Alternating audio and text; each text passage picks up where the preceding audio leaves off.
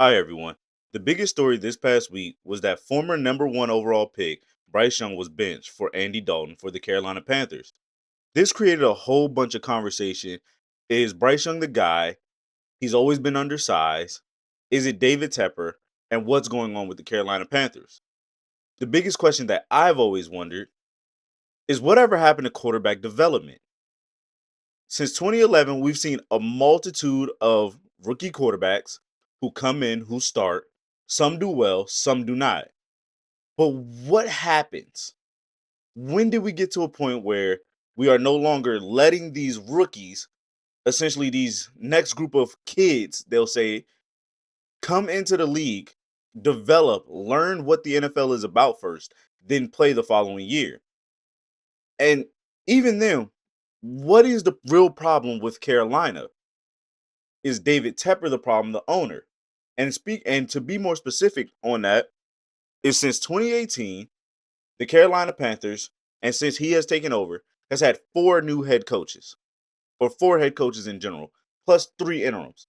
Those head coaches include Ron Rivera, Frank Rick, Matt Rule, and Dave Canales, who Dave Canales comes over as the offensive coordinator from Tampa Bay, who was known as the quarterback, the coach who revitalized Baker Mayfield's career in Tampa.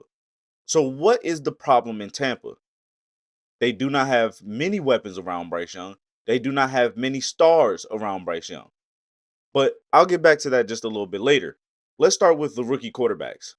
In the past 19 seasons, 32 of 55 rookie quarterbacks have gone to start the season opener, and that's a pretty big number. This isn't some flashy trend that we see for the last 3 years, rookie quarterbacks come in and start. This is probably going to be the new normal, and that's unfortunate because the most iconic class of quarterbacks that came in and did well would be that 2012 class where you had Andrew Luck, Robert Griffin III, Ryan Tannehill, Russell Wilson, and Brandon Weeden. And even out of that list of names, one didn't really pan out so well. Somewhere around here, I have a graphic or a list of quarterbacks, rookie quarterbacks since 2011 who started their first season. And among those names, it sounds like a good list. Cam Newton, RG3, Andrew Luck, as I said earlier, Joe Burrow, Marcus Mariota, Carson Wentz, Deshaun Watson, etc., etc. These names sound really good on paper. Rookie quarterbacks who started. However, there's a flip side to that of quarterbacks who were still rookies who didn't pan out as much, whether they weren't fully ready for the NFL, lack of development, constant turnover, or they just weren't that good. It's all a factor. And those you can list to Blaine Gabbert, Christian Ponder, Brandon Weeden, Blake Bortles.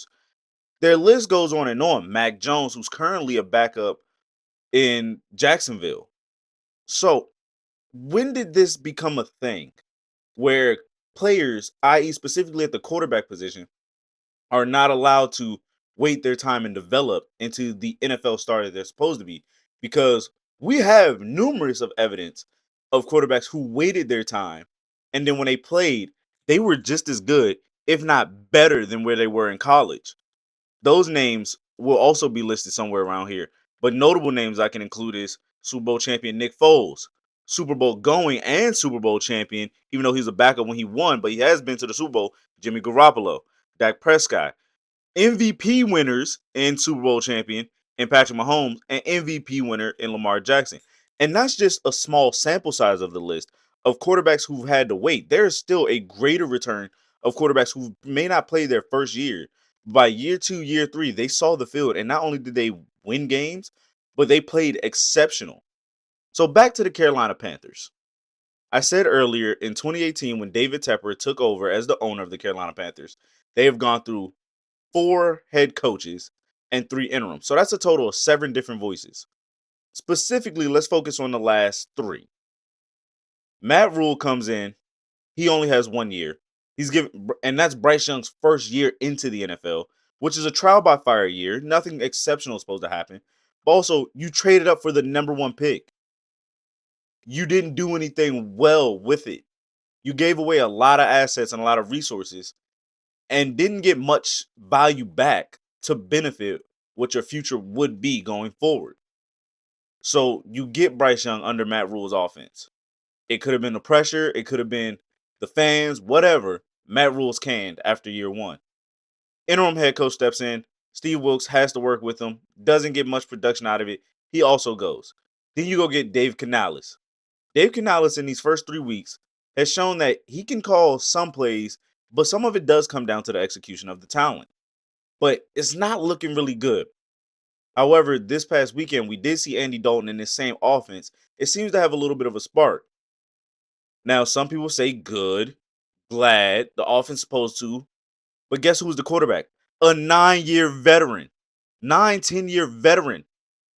Andy Dalton has been in this position before. He started in the NFL before. He has the experience that Bryce Young doesn't have. He has probably a different level of arm trajectory that Bryce Young hasn't learned yet.